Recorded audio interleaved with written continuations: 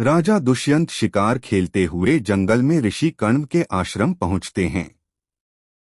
वहां उनकी नजर शकुंतला पर पड़ती है। दोनों एक दूसरे को देखते ही मोहित हो जाते हैं।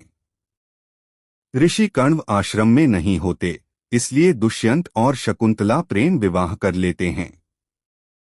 जाने से पहले दुष्यंत अपनी राजमुद्रा वाली अंगूठी शकुंतला को निशानी के तौर पर देते हैं और वादा करते हैं कि वे जल्द ही उन्हें लेने आएंगे। दुष्यंत के जाने के बाद शकुंतला उनके ख्यालों में खोई रहती है।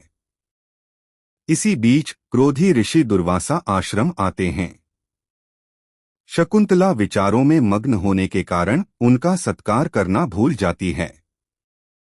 क्रोधित होकर दुर्वासा श्राप देते हैं, जिसके ख्यालों में खोकर तुमने मेरा अपमान किया है वह तुम्हें भूल जाएगा। शकुंतला की सखियों के विनती करने पर दुर्वासा श्राप को थोड़ा कम कर देते हैं और कहते हैं कि यदि वह कोई प्रेम निशानी देखेगा तो उसे सब याद आ जाएगा। जब ऋषि कण्व वापस आते हैं तो वे शकुंतला को विदा करके राजा के पास भेजते हैं।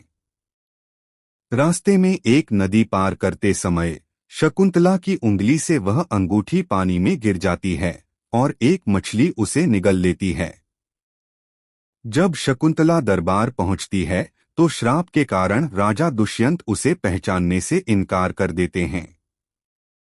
शकुंतला के पास अंगूठी भी नहीं होती जिससे वह अपनी पहचान साबित कर सके।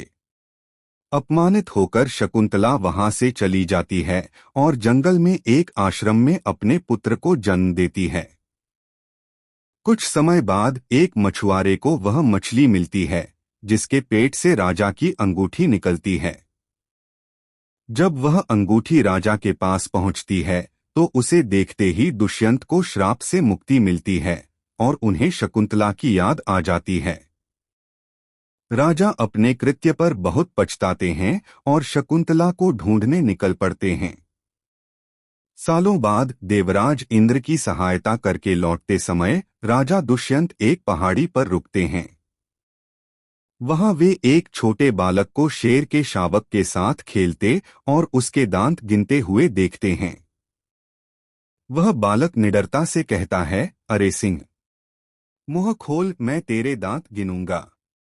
यह बालक कोई और नहीं भरत था। राजा को पता चलता है कि यह उनका ही पुत्र है। वहीं उनका शकुंतला से पुनर्मिलन होता है। राजा शकुंतला से क्षमा मांगते हैं और वे खुशी खुशी अपने राज्य लौट आते हैं।